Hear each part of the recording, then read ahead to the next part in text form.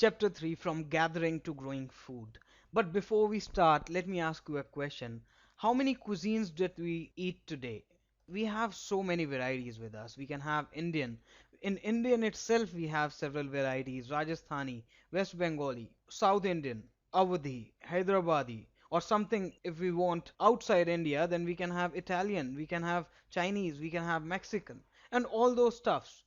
But was this thing also available to the early man? And if it was not, then what were the varieties of food that he used to eat? We know that different varieties of food require different climatic conditions. For example, what rice require is not required by wheat and barley. They both require different kind of water, and that explains the reason why rice is grown in some areas and wheat and barley or any other kind of variety like millets or jowar or ragi, they grow in different climatic conditions. And the same goes for the animals. Sheep or goats can survive on mountainous areas or hilly areas, but the cattle cannot. It is very difficult for a cattle to survive in such areas. Hence, the variety of food eaten by the early man was dependent on where he was living, whether he was on a mountainous track or whether he was living nearby plains or somewhere else, as he was a hunter gatherer and had to search for food wherever he finds it. But as the time was changing and the Paleolithic era was moving out and the Mesolithic was rising, the beginning of farming and herding also started. We all know that the climate was getting warm when the Mesolithic age was coming. It was getting warmer and warmer as the cold climate was getting diminished. And this led to increased growth of plants and animals, and as well as it led to the flourishment of the early man itself. The early man must have observed how the plants grow and how the seeds come off the stalks and they grow further, and it leads to another plant. And this must have led him to take care of such kind of plants, and this led further to go from a hunter-gatherer's life to a settled life now. And hence they came in the category of farmers. That is, they were protecting their plants now, they were protecting them from the birds, they were protecting them from the animals, and it led to a settled life for the early man, which comes into the Mesolithic period, which was the starting of the Mesolithic period, that we have found such kind of traces. And apart from plants, it also led to taming of animals. He also started taming the animals what he desired they were safe for them. Pig, sheep, goat, cattle, horses, and such kind of animals which were really gentle to the early man. They started attracting those animals by giving them food nearby their houses. Often these people used to protect these animals, the domesticated, the pet animals, from the other wild animals, and hence they became the herders. And this led to a further settled life, as they cannot move anywhere else, as they were growing plants, as they were going for the pet animals. It was very difficult for them to now live a life of a hunter gatherer again, and hence it started with a settled life. Now let's improve your vocabulary a little. After having a settled life, the early men also started for domestication, where the domestication is a process in which the people grow plants and look after animals. That is, they start caring for the animals, they start caring for the plants. Very often, the plants and the animals that are tended by the people become different from wild plants and the animals. This is because people select plants and animals for domestication. It simply means that whatever plant or the animal that they have chosen to rear, they become different from the original variety of the plant, that is the mother plant. And that happens because they usually select the plant or the animal for special purposes. For example, they select those animals which are relatively gentle in behavior, and similarly they select those plants which are not prone to diseases, which are really large in the grain size, which they have high yielding variety of the seed. The stalks are very strong in the nature and also are capable of bearing weight of the right grain. These are the reasons which tend to make the original plant get changed to a new plant of the domestic variety. That means the original will be called as the wild variety, and the new one which has been domesticated will be called as the domestic or the pet variety.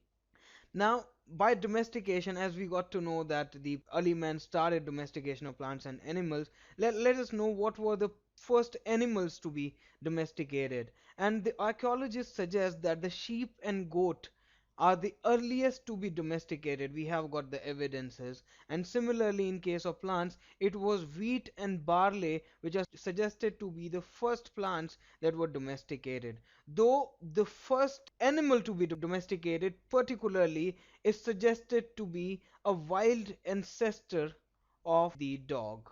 That's considered to be the first animal being tamed, but as far as on a pluralistic basis, sheep and goat are considered to be the earliest animals domesticated. Though after that, pig, sheep, goat, cattle, all these got included. Well, here we have an example of a pig teeth, in which this is a wild variety of teeth where we can easily look that it is large in size. The variety is quite bigger than the regular domesticated teeth, where this is the domesticated teeth. That certainly the behavior of the original thing got changed from this to this. This is what happened when we select the domesticated variety. They tend to change, they become different. Now let's see what happened when the domestication came in the life of the early human. They started living a new way of life, and that happened because of lots of reason. And the majority of that was, as he started growing plant, hence he cannot go anywhere else, as he has to water them, as he has to take care of the weed, he has to look for the safety of the plants. So certainly, as plants do not grow in just a day, they takes weeks, they takes months, and even they takes year. For this particular reason, they had to stay back to that particular area and hence have to care for them, and which led to a settled life of the early human. This was the beginning of the settlement of the life.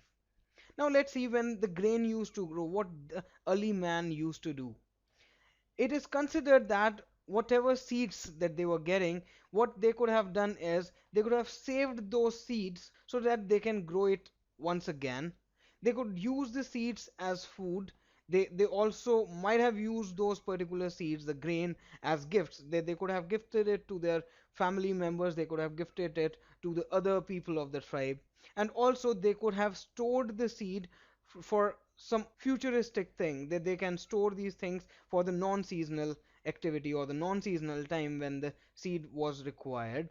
And it is also being found that nearby the sites such kind of pots were also found where burnt seeds are also being found. So it is suggested that the seeds may have got burned or it was purposefully was burned by the early human. Well, this was about the plant. Now let's see how the animals used to get stored. Well, as far as animals are concerned, they need not get stored in a normal way that how the plants get stored. They simply require care and proper nourishment, and they get natural multiplication. And then as the population of the animals grow, they can be easily used for milk or meat production. Now let's see the finding out about the first farmers and the herders. Now this is the map of India and the nearby areas where the early human might have lived in the Neolithic era. We have lots of places in India that we find. Now let's see them first. We have found in the Mehergarh area of the present day Pakistan. Now here is the Mehergarh. This is the Pakistan Afghanistan border as of now, and the nearby area, this is called as Bolan Pass. It's a place where people can move around from this place and they can enter into the Afghanistan area, and it's a way to go to Iran as of now. Now nearby Mehergarh, wheat, barley, sheep, goat and cattle are the regular things that the archaeologists have found. So they do suggest they were of Neolithic age. Similarly, in Koldi Hawa in present day Uttar Pradesh, this is Koldi Hawa. It's below the Yamuna River and nearby this Son Betwa area. Now, this Koldi Hawa area is what the archaeologists suggest are the places where the early men lived in the Neolithic period, where we have found the rice and the fragmentary animal bones. They were broken parts of bones. It is a place found in Uttar Pradesh. Similarly, Mahagarh is a place where we have found rice and cattle. Now Mahagar is just nearby to Col de Hava, again in the same belt of Madhya Pradesh. Here we have also found certain clay things where the hoof marks of kettles are found. Similarly, in the wheat and lentil is something that we have found in the Kashmir area. In Burzahom and Gufkral area of Kashmir, the archaeologists have found wheat and lentil. Similarly, wheat, lentil, dog, kettle, sheep, goat, and buffalo are the things that we have found in Burzahom. It suggests that the people of Kashmir, they were using lentils. It's a particular thing that we haven't found anywhere else. So lentil is a thing that we have found in Kashmir, and this is Burzahom and nearby site Gufkral. So this is what the people of Neolithic sites of these area must be using. Similarly, Shirand in Bihar, which is nearby the UP border, where here we have found wheat, the green gram, barley, buffalo, and ox. It is again a very uncommon thing that we have found here. It is in Shirand. This is the particular place. Here it is also exists in the present day. Similarly, Halur and Payampalli in the southern India, Halur in Andhra Pradesh and Payampalli again in Andhra Pradesh are the places where we have found unique thing millet and black gram, and also cattle, sheep, goat, and pig, which were quite common all over India. And here is the place Halur and Payampalli. It's nearby the southern areas. This is what being suggested by the archaeologists, that they have found these sites where they have found the grain and the bones. Now this suggests that by this time the early man has started using the grain, and they also started the domestication of animals. This is a nice thing that we didn't find in the Paleolithic period. Now let's see how the settled life began and what were the common features that archaeologists have found while searching for the settled life. In the Burzahom area of the Kashmir, the archaeologists have found the home which were in shape of underground pits. That is, this is the ground, and they have made stairs. They move inside the stairs under the ground, and then they make the homes inside under the earth.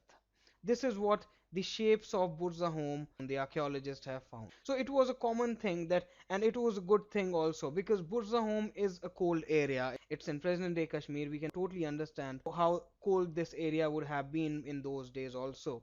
So they have created such pits. So in case of bad season, they can go inside, they can go under the pits, and then they can move outside whenever the season is good. And also in those pits they have found the kitchen hearth inside as well as outside of the ground. So it's again, it's a seasonal thing that they could have used in those areas.